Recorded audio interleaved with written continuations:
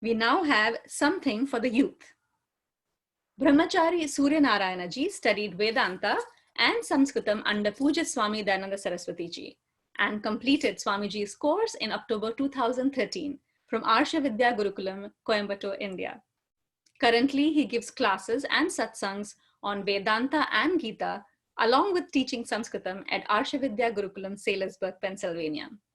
Suryaji conducts various Vedanta-based workshops and sessions for youth in schools, temples, and ashrams in the US. He performs pujas and havans in temples in India and US. Suryaji has also given several lectures on Sanatana Dharma in universities and colleges, and today he will talk to us about Adi Shankara for the youth. Hari Om. This is Brahmachari Suryanarayan from Arsha Vidya Gurukulam, Salisbury, Pennsylvania. I wish this Oneness Festival on Sri Adi Shankaracharya a complete success. I was requested to say something inspiring regarding Adi Shankaracharya ji, especially for the youths. I consider it as a privilege that I have this opportunity. Many of you might know the life of Adi Shankaracharya. Some of the highlights from his life are he lived for a very short time, just around 32 years old when he left his mortal frames. Within that short time, what he could achieve is what I think would inspire all of us in general. He could write commentaries upon commentaries and commentaries on several of our scriptures, the entire Bhagavad Gita, on several Upanishads,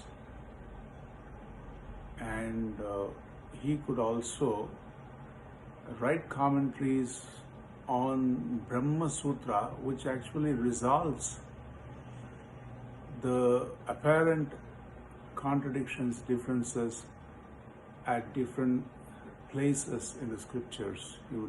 That is Brahma Sutra. He could even write commentary on that. There are some 555 Brahma Sutras, which is all a huge work he has done. I think those works he has done should be the inspiration for the younger generation. In his life, Adi Shankara ji had a lot of obstacles. He lost his father when he was very young. His age was less than 7-8 years old when he lost his father. And he was serving his mother. He even came back towards the end of her life to serve her back. And Adi Shankara also had this vision to be able to serve the world in terms of his teachings. And that's how he could leave his home at a very young age, seeking the masters. These days we don't have to do that. The teaching is available in terms of several institutions. The teaching can be even online these days, so that much facilities have come. So Adi Shankaracharya's guru was Sri Govinda Padacharya, and Govinda Padacharya's guru was Gauda Padacharya. So it goes like this: Narayanam Padma Bhuvam Vasishtam Shaktim Chatatputra Parasharancha Vyasam Shukham Gauda Padam Mahantam Govindra Yogindra Matasi Sishyam Sri Shankaracharya Matasya Sishyam Padma Padam Cha Astamalakam Cha Sishyam Tam Totakam Vati Karamanyat Asmad Guru Santada Manatosmi. So until our Guru. So this is an unbroken lineage of teaching. That the teaching lineage is not broken itself should be something inspiring. Most of people who want to be spiritual and religious, they are seeking some unbroken tradition. Whatever tradition which is popular, it's all new. So someone who wants to really go back would look for an unbroken tradition. That is the tradition of Adi Shankaracharya, starting with Narayanam, Bhagavan Narayana himself. So this unbroken tradition, and hence Adi Shankara Bhagavad Pada, this is another message from his life.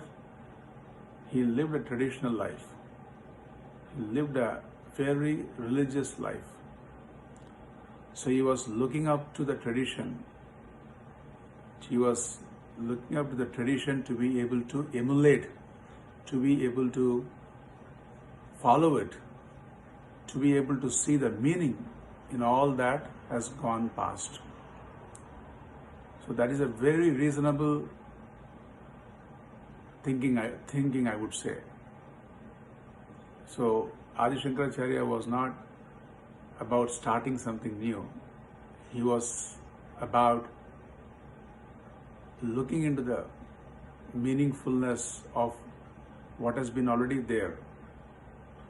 If time itself has been there for infinite time, I'm sure there was some wisdom in the past also. It is not that we have to recreate, we have to reinvent, or we have to re-establish something. So that was Adi Shankaracharya, because I see that these days it's always about establishing something new, coming up with something new, which is okay. But before that, let us understand our past, our glorious past. And I think giving the benefit of doubt to the past wisdom is not misplaced, just because the past is infinite, and there had been infinite thinkers in the past, and hence it is not that they all did something different and something not applicable, and we have to do something, find something which is more relevant. And so this is another thing I want to actually share with the youths. Be inspired by the past, try to live up to the past, and let us be inspired by our ancestors, and see if we can understand what they gave in terms of the philosophy, in terms of the teachings of Adi Shankaracharya also. And after saying so much about Adi Shankaracharya, I would also like to say the Advaita Siddhanta, or the Advaita philosophy, which was already there. According to our Puja Swamiji, Swami Dayananda Saraswati Maharaj, Bhagavan Adi Shankaracharya put them in writing in terms of all the palm scripts. So that is how we have the commentaries on Advaita Siddhanta through Adi Shankaracharya. Advaita Siddhanta talks regarding an accomplished fact. A fact is something which will chase us wherever we go. A fact is different from a tool. A tool is something you can use, you can throw. A fact is something which we better understand. And here the fact is regarding the glory of oneself. Advaita philosophy is regarding the glory of oneself in terms of resolving all the differences. Don't we want that? Resolving the differences in terms of individual level, societal level, family level. Is that not what everyone is seeking? So this Advaita philosophy which is in terms of resolutions. Sarva anartha nivrittihi, dukkha nivrittihi, and paramananda praptihi. Dukkha nivritti, or freedom, trying to be free from sadness is something very, trying to be free from sorrow and sadness is something very natural to every one of us. Even for an animal, even for a bug, if you take your finger towards it, it tries to run away. It did not learn from anywhere this particular habit. It is an instinct. So the instinct to be happy is for everyone. And according to our philosophy, Advaita philosophy, that happiness which is instinctively sought could be the nature of oneself. You can be the source of that happiness. You can be the source of that compassion. So that is a fact. When it comes to Advaita philosophy, it is a fact, and that fact is presented in terms of an analysis, in terms of an inquiry in the Advaita philosophy. You take water.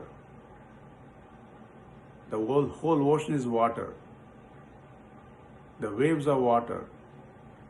The ocean and the waves are nothing but water. The jalatvam. So the tvam would mean the waterness. The waterness, that oneness in terms of waterness between the waves and the ocean. That is also important. That is even more important.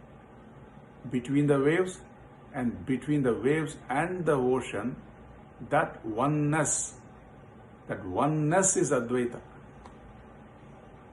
One without a second.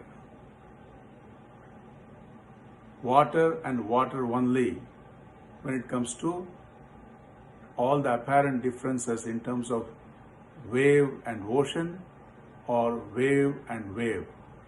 That oneness, that is a oneness festival we are celebrating. That oneness is Advaita. And that oneness is our nature.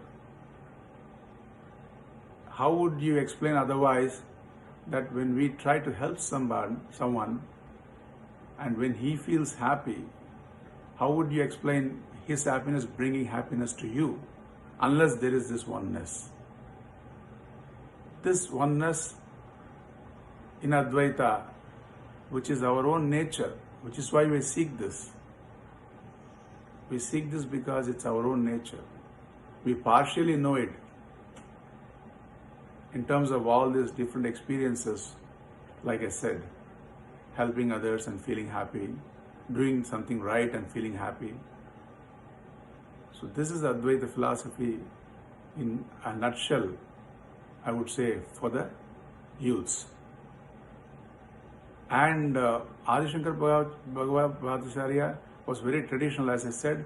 He had also shown us how to do puja in a short but complete way, by giving the Panchayatana puja. So you would have the devatas, Adityam, Gananatham, Devim, Rudram cha Keshavam, Pancha Daivatyam Ityuktam, Sarva Karmasu Pujayed. So is given a small puja paddhati where you worship Shiva, you worship Narayana, you worship Devi, you worship Ganesha, you worship Surya Bhagavan. All of them you worship in a short way. So he is given. So what I want to try to highlight is that he was a very religious and traditional person also. So we can be traditional at the same time spiritual. Spirituality is a product of those seers who had been very traditional. This is very important, especially during these times when there's so much Vedanta in terms of Neo-Vedanta, in terms of modern Vedanta, which is all available, which is trying to separate the tradition from the philosophy. So this is something we cannot be very selective when it comes to our Shastra. The Shastra as a complete, in whole, Shastra in whole is an authority for our well-being, for our oneness. So that Shastra, which is both the means and the end, is what Adi Shankara was interested, for which Adi Shankara had written all the commentaries in his very short time. And he even mentions at some point in Saundarya Lahari how he could accomplish all this. It was all because of the grace of the Divine Mother. That's what you would say in the 75th stanza of Saundarya Lahari. So you can see how Adi Shankara Bhagavan will bring in Ishvara to substantiate all his glories. It was all, you would say that it was all Ishvara Adhinam Jagat Sarvam. So he was very traditional, very religious, a very great devotee of Bhagavan also. That is all goes along with this philosophy. So that was Adi Shankaracharya for all of us, and I don't have much to say. I think this message hopefully inspires the youngsters. We don't really see a lot of history in textbooks about Adi Shankaracharya, and it is up to you to discover Shankaracharya, to discover the Advaita philosophy through the teachings of Shankaracharya, with a teacher, with a competent teacher. So I wish you all the best. And as I said, this is a fact of oneself, fact about oneself. So this is something you think about, you inquire about sooner than later, and it is going to make a totally different vision, give a different vision for you. As I told, the vision of water being the whole, everything, all the waves and ocean, all, just one water, property of water applies to all the waves, property of water applies to all the oceans. So this kind of a expansion of vision, oneness and expansive. It is oneness, at the same time it is expansive, which is covering all that we see. So that kind of vision is something which you all will gain. Ishvara Anugrahadeva Pumsam Advaita Vasanam. So the Advaita Vasana, the desire to understand, inquire about this oneness, it is all because of Ishvara's Anugraha. May you pursue, may you take that Anugraha, that grace forward in terms of your effort. And this philosophy is why, this Advaita Tattva is why we are seeking Adi Shankara Bhagavad-pada's teachings. It is not that because of Adi Shankara Bhagavad-pada we are learning Advaita. It is not because of Adi Shankara Bhagavad-pada. It is not an Acharya centric. It is Siddhanta centric. That is the greatness of Advaita Siddhanta, and that is what has been given by Adi Shankara Bhagavad-pada. And I once again thank the Oneness Festival for this opportunity, and may your work, may your service grow and spread this message of Advaita Siddhanta through the teachings of Adi Shankara to all the humanity. Hari Om Om Purnamada Purnamidam Purnat Purnamudachyate Purnasya Purnamadaya Purnamevavasishyate.